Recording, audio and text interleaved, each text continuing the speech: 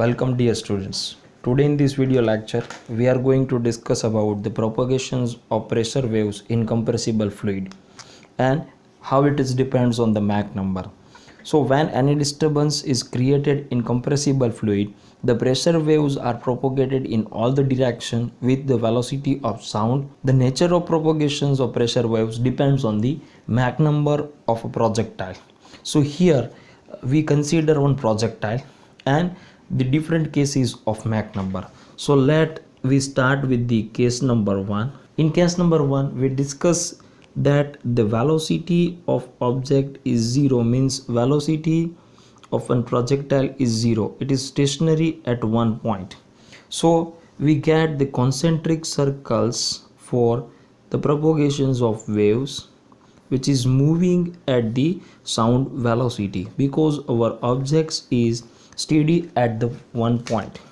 Let's say we use this object.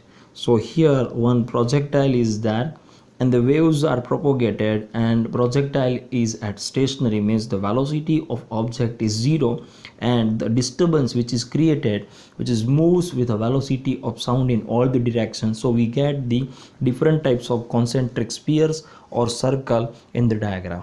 Now we discuss the next case, that is a case number 2, when our object is having a less velocity compared to the velocity of sound.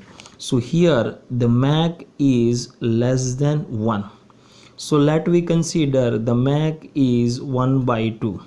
So the velocity of object is 1 unit and the velocity of sound that we consider as a 2 unit. So for easy understanding we are taking the different point like A, this is B, C, D and E.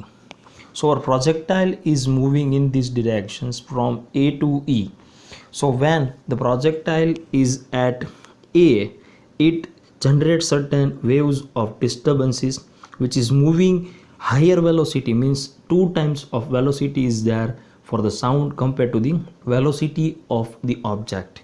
So when the projectile is reached from A to E, means 1, 2, 3 and 4 unit, so it is moving by 8 unit because the velocity of sound is double of the velocity of projectile.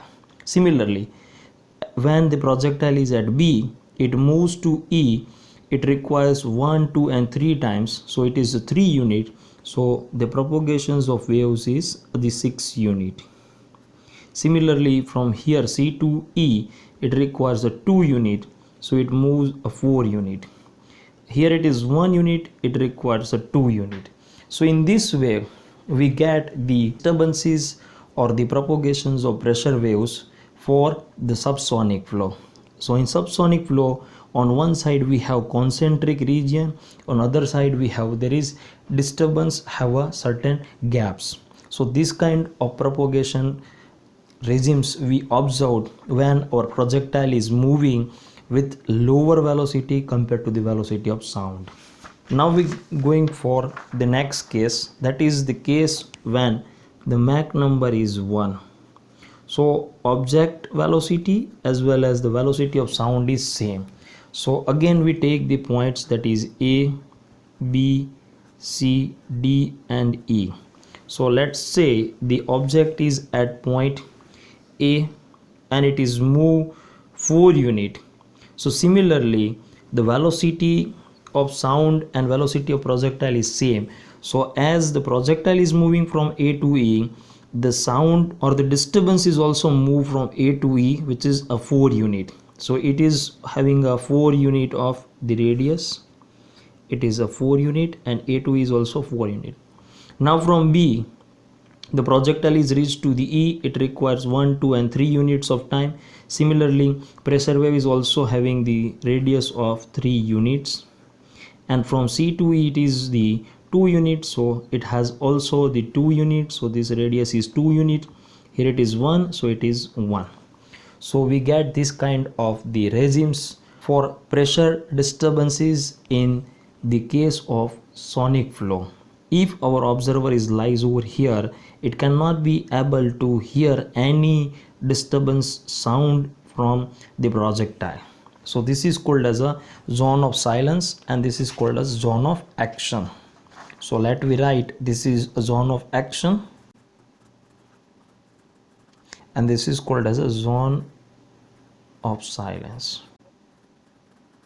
Now we discuss the third case in which the Mach number is greater than of 1, means the velocity of object is higher than the velocity of sound.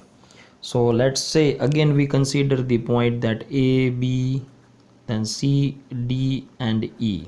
So let us take this object is moving higher velocity compared to the velocity of sound.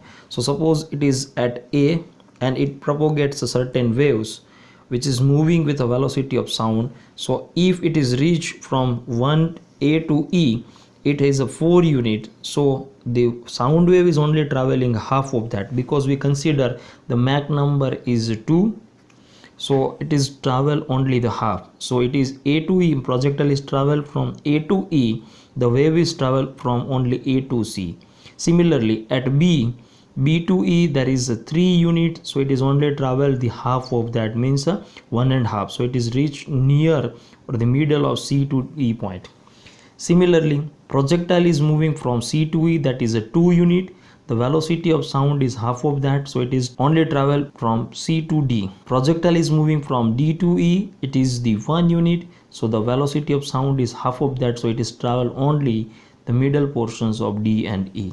And now if we draw the common tangent to all this circle, it makes a one cone, and that cone is called as a Mach cone. This cone is called as the Mach cone. This angle, half angle, which is made over here, and this angle is known as alpha, and alpha is called as a Mach angle. Here this is the zone of silence, and area between this cone is zone of action, in which the observer can able to hear the voice or the sound. For finding out this Mach number, let us we consider this triangle. So this triangle is like, this is D, here it is E, and this distance is the velocity of the sound. This velocity, suppose we take this F point, so this is the velocity of sound and this is the velocity of the object. So for Mach, this is the angle alpha, so sine of this angle we get the C by V, which is equals to 1 upon Mach. So we can find it out, the alpha equals to sine inverse of 1 by Mach. So student, this is all about the propagations of disturbances in compressible fluid for different cases or the different regimes. Thank you for attending this video lecture. Thank you.